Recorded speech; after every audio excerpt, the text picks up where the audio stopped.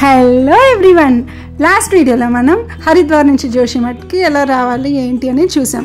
So ఇవాళ వీడియోలో మనం ఫుల్నా నుంచి గంగేరియాకి ట్రెక్కింగ్ ఎలా ఉంటుంది ఏంటి అనేది చూద్దాం పదండి. సో మేమైతే ఇప్పుడే ట్రెక్ అనేది స్టార్ట్ చేసాము. ఇది స్టార్టింగ్లో ఉంది కాబట్టి స్టార్టింగ్ అంతా కూడా ఇలా రోడ్ టైప్లోనే ఉంది. మనకి అదిగో చూస్తున్నాం కదండి, ఇటు రైట్ సైడ్ ఏమో వాటర్ ఫాల్స్ కనిపిస్తూ ఉన్నాయి. సో స్టార్టింగ్ ట్రిప్లో నాకు వాటర్ ఫాల్స్తో కొంచెం ఎనర్జీ వచ్చేసింది. అవి చూడంగానే ఇంట్రెస్ట్ కూడా వచ్చి అలా ట్రెక్ స్టార్ట్ చేసేసాము. నేచర్ అయితే చాలా బాగుంది. సో ఇంకా ముందు ముందు ఎలా ఉంటుందో చూద్దాం పదండి.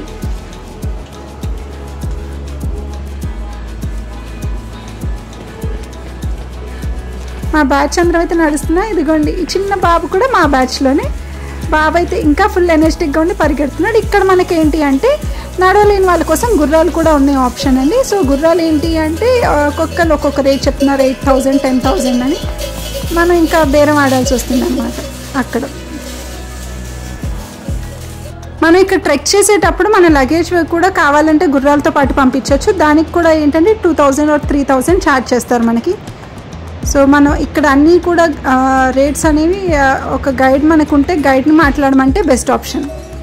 మనం ఫుల్నా నుంచి గంగేరియాకి వెళ్ళాలన్నా, గంగేరియా టు ఫుల్నా రావాలన్నా సేమ్ ఒకటే దారండి.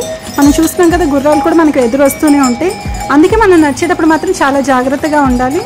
ఎందుకంటే ఏమాత్రం మిస్ అయినా కానీ లోయలోకి పడతాం. So maximum of the trek ఏంటి అంటే మనకి ఇక్కడ ఎడ్జెస్లో సపోర్ట్ అనేవి ఉంటాయి, రాడ్ సపోర్ట్. బట్ అక్కడక్కడ మాత్రం మనకి రాడ్ సపోర్ట్ లేవు. సో చాలా కేర్ఫుల్గా ఉండాలి, మెయిన్లీ గుర్రాలు ఎదురు వచ్చేటప్పుడు. ఎందుకంటే ఏమాత్రం స్లిప్ అయినా ఏమైనా మాత్రం గుర్రాలు తగిలినా కానీ ఇంకా చెప్పక్కర్లేదు, సిచ్యువేషన్ ఎలా ఉంటుందో మీ అందరికీ తెలిసిందే. బట్ వాతావరణానికి వస్తే అయితే చాలా బాగుందండి.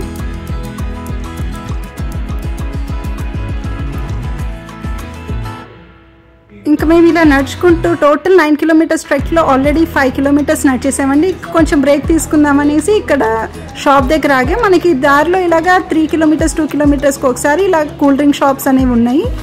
సో అన్ని రకాల స్నాక్స్ అనేవి, మెయిన్లీ మ్యాగీ అయితే మనకి ఇక్కడ దొరుకుతూ ఉంటుంది ఈ ప్లేసెస్లో ఎక్కువ.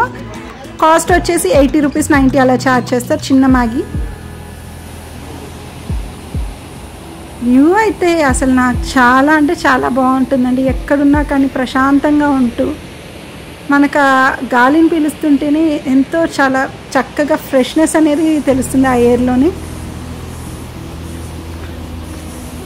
మళ్ళీ మేము ఆ బ్రేక్ అయిపోగానే మళ్ళీ వెంటనే మా ట్రెక్ కంటిన్యూ చేసాం. ఎందుకంటే లేట్ అయ్యే కొద్దీ మబ్బు కూడా బాగా పట్టేస్తుంది. ఇంకా వర్షం పడిందంటే మళ్ళీ మా ట్రెక్కింగ్ ఆగిపోతుందనే భయంతో ఇంకా మళ్ళీ లేట్ చేయకుండా వెంటనే ట్రెక్కింగ్ స్టార్ట్ చేసేసాము.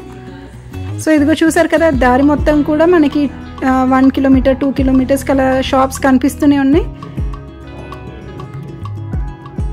మేమైతే మా దగ్గర వెంటనే ORS ప్యాకెట్స్ అండ్ గ్లూకోజ్ అయితే దగ్గర పెట్టుకుంటున్నాము.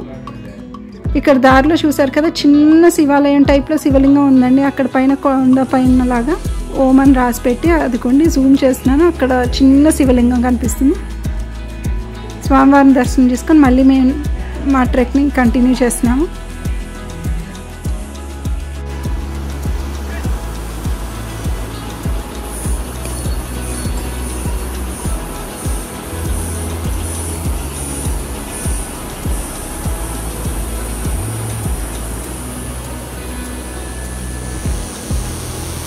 సో ఈ ట్రెక్ మొత్తం మనం చూసుకుంటే మొత్తం దారంతా కూడా కంప్లీట్ గ్రీనరీ అండ్ ఇంకొక వైపు ఏమో మనకి రివర్ ఫ్లో అవుతూనే ఉంటుంది కంటిన్యూస్గా. సో ఎటు చూసిన గ్రీనరీ అండి, చాలా ప్రశాంతమైన వాతావరణం. సో మీలో కూడా ఎవరైనా ఇంత ప్రశాంతమైన వాతావరణాన్ని వెళ్ళి చూసి ఆస్వాదించాలంటే తప్పకుండా మీరు కూడా ఉత్తరాఖండ్ వెళ్ళాల్సిందే. ఇది వ్యాలీ ఆఫ్ ఫ్లవర్స్ ట్రెక్కే కాదండి, మీరు ఉత్తరాఖండ్లో ఎక్కడికి వెళ్ళినా కానీ ఇదే పాజిటివ్ వైబ్స్తో మీకు ఇదే ఫ్రెష్ ఎయిర్ ఉంటుంది.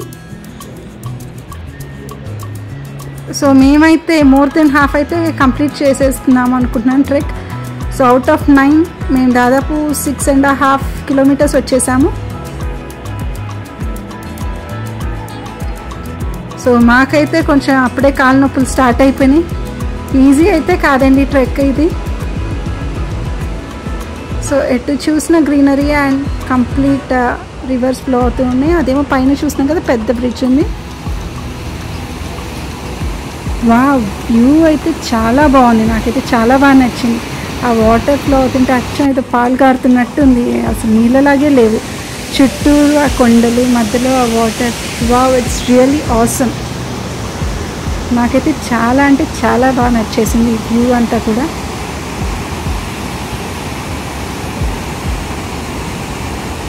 సో మేమైతే ఇంకా నాకు ఇక్కడ ఈ వాటర్ దగ్గర నుంచి అయితే కదలబుద్ధి కాలేదు, బట్ మూవ్ అవ్వాలి. ఎందుకంటే ఇప్పటికే ఈవినింగ్ 5:30 అయిపోయింది.